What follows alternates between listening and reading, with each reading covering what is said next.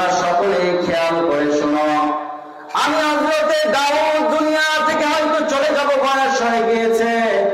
দাউদ আলাইহিস সালাম বলল, তোমরা সবাই এখানে একত্রিত হয়েছ, আমি আল্লাহ রব্বুল আলামিনের কাছ থেকে আমি সিগন্যাল পেয়েছি এই বিশাল রাজ্যের রাজত্ব কাকে দেওয়া যায় এবং নবুয়তের দায়িত্ব আল্লাহ তাআলা কাকে দিবেন।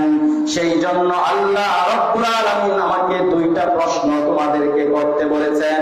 দুই প্রশ্নের উত্তর যদি তোমরা দিয়ে ফেলতে পারো কেউ, তাহলে বিশাল রাজ্যের রাজত্ব আল্লাহ তাআলা তোমাকে দিয়ে দিবেন এবং নবুয়তের দায়িত্ব আল্লাহ তাআলা তোমাকে দিয়ে দিবেন। সবাই প্রস্তুত আছো কিনা? সবাই বলল, হ্যাঁ আমরা সবাই প্রস্তুত আছি। হযরতে দাউদ আলাইহিস সালাম সমস্ত মানুষগুলোকে উদ্দেশ্য করে বলল, এক নাম্বার প্রশ্ন, এই পৃথিবীর মধ্যে সব থেকে দামি কোন জিনিস আর সব থেকে নিকৃষ্ট কোন জিনিস? প্রশ্ন কিন্তু দুইটা না, একটা। এই পৃথিবীর মধ্যে সব থেকে দামি কোন জিনিস আর সব থেকে নিকৃষ্ট কোন জিনিস? তোমরা সবাই উত্তর দিতে থাকো, এক একজন উত্তর দিতে থাকলো। এই পৃথিবীর মধ্যে সব থেকে দামি জিনিসটা হচ্ছে গোল্ডেন। এই পৃথিবীর মধ্যে সব থেকে দামি জিনিস হচ্ছে মণিমুক্তা। ঠিক কিনা বলেন? আমরা এটা বলবো না? আমরা তো সাধারণত এটাই বলবো। আপনাদেরকে যদি জিজ্ঞেস করা হয় যে সব থেকে পৃথিবীর মধ্যে দামি কোন জিনিসটা, হীরা মণিমুক্তা, এটাই তো বলবো নাকি? এটা বলবো না? আর সব থেকে নিকৃষ্ট কি? এই ডাস্টবিনের খাবার বা ডাস্টবিনে পড়ে থাকে, এটাই তো সাধারণত নিকৃষ্ট জিনিস। আমরা সাধারণত এটাই বলবো। হযরতে দাউদ আলাইহিস সালাম সকলের প্রশ্নের উত্তরগুলো শুনতেছিলেন। শোনার মুহূর্তে হযরতে দাউদ আলাইহিস সালামের মনোমত হচ্ছিল না। তার ছোট্ট সন্তান হযরতে সুলাইমান আলাইহিস সালাম আলোচনার মধ্যে কোনার মধ্যে বসে বসে কান্না করতেছে। হযরতে দাউদ আলাইহিস সালাম বলল, সুলাইমান আমার কলিজার টুকরা, তুমি কেন কান্না করতেছো? হযরতে দাউদ আলাইহিস সালাম খেয়াল করে দেখলেন আমার সন্তান সুলাইমান অনেক কান্নাকারি করতেছে। হযরতে সুলাইমান আলাইহিস সালাম বলল, বাবা আপনি যেই প্রশ্নটা করেছেন আমার মন খুব কান্না জড়িত কণ্ঠে অবস্থায় হয়ে গিয়েছে। আমার খুব কষ্ট হচ্ছে বাবা। আমার মনে হয় এই প্রশ্নের উত্তরটা এরকমই হবে, এই পৃথিবীর মধ্যে সব থেকে দামি জিনিসটাই হচ্ছে মানুষ, আর এই পৃথিবীর মধ্যে সব থেকে নিকৃষ্টই হচ্ছে মানুষ। বুঝতে পারছেন? এই পৃথিবীর মধ্যে সব থেকে দামি হচ্ছে কে? মানুষ। আল্লাহ তাআলা বলেন, লাকাদ খালাকনাল ইনসানা ফি আহসানি তাকওয়িম। অনেক সুন্দর করে বানাইছি, আর এই মানুষগুলোকে আমি আল্লাহ তাআলা জান্নাত দিব। আর এই মানুষগুলো হচ্ছে সব থেকে নিকৃষ্ট। আলাহুম আরজুলুন ইয়ামশুনা বিহা আম লাহুম আইদিন ইয়াবতিশুনা বিহা আম লাহুম আযানু ইয়াসমাউনা বিহা উলাইকা কাল আনআম। কে বলতেছেন? আল্লাহ তাআলা বলতেছেন, আমি হাত দিলাম, আমি পা দিলাম, সবকিছু আমি দিলাম। আমি এত ইজ্জত সম্মান দিলাম, আমি কত ইজ্জত সম্মান দিলাম।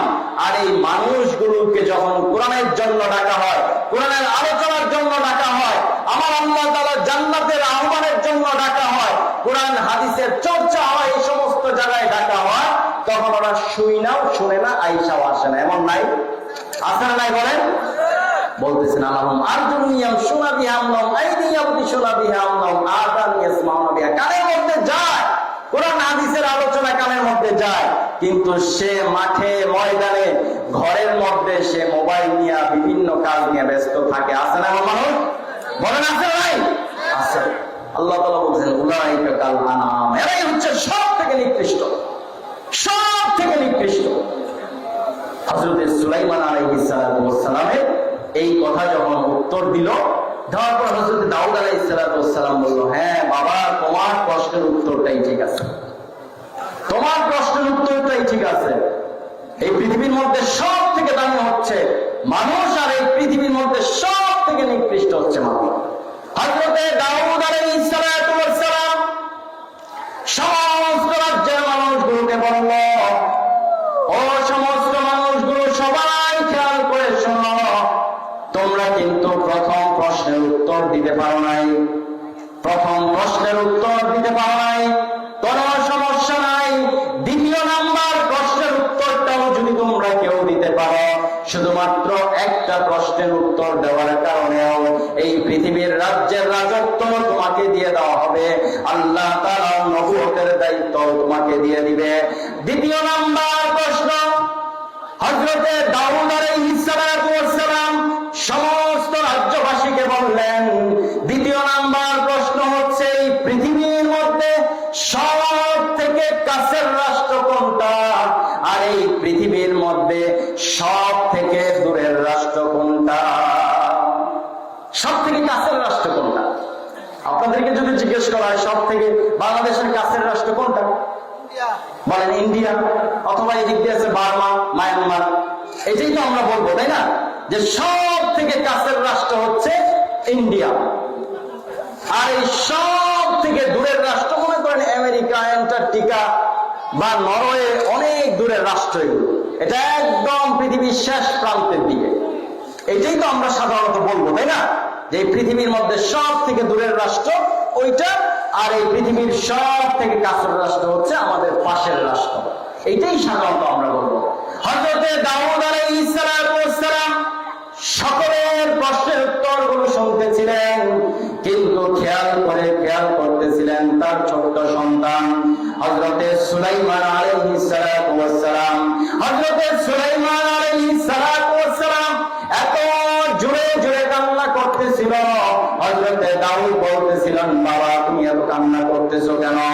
সুলাইমান বলতেছেন, বাবা আপনি যেই প্রশ্ন করলেন সেই প্রশ্নের উত্তরটা আমি মনে হয় আমি দিতে পারবো না, আমার মন আর ঠিক নাই, আমার নিজেকে ব্যালেন্স করতে পারতেছি না, অনেক কষ্ট হচ্ছে বাবা।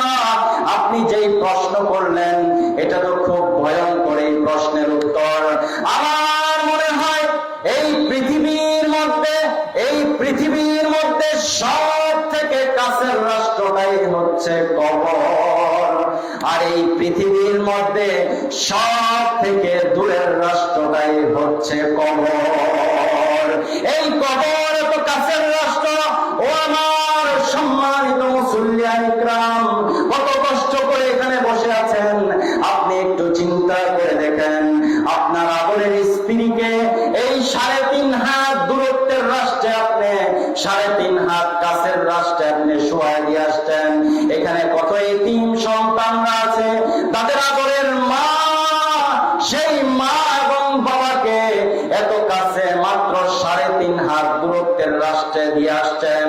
এত কাছে মাত্র দূরত্ব 3.5 হাত, কিন্তু এত কাছে থাকার পরেও এই পৃথিবীর মধ্যে সব থেকে দূরত্বটাই হচ্ছে এই কবর। সারা পৃথিবীর সমস্ত খবরগুলো কিন্তু মুহূর্তের মধ্যেই নেওয়া যায়, কিন্তু এত কাছে থাকার পরেও, এত কাছে 3.5 হাত কাছে থাকার পরেও আমার মা, আমার বাবা, আমার কলিজার টুকরা সন্তানের খবরটাও কিন্তু রাখতে পারি না। ঠিক না ঠিক বলেন? তাহলে কাছের রাষ্ট্র আর দূরের রাষ্ট্র বুঝছেন তো? তাহলে এটা কি সুলাইমান আলাইহিস সালামের উত্তর ঠিক আছে?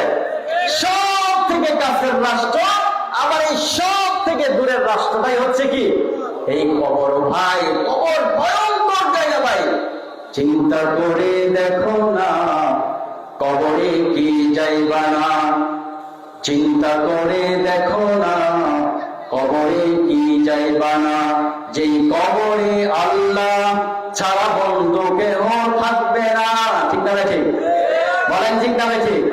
যেই কবরে আল্লাহ ছাড়া বন্ধু কেহ থাকবে না, চিন্তা করে দেখো না কবরে কি যাইবা না।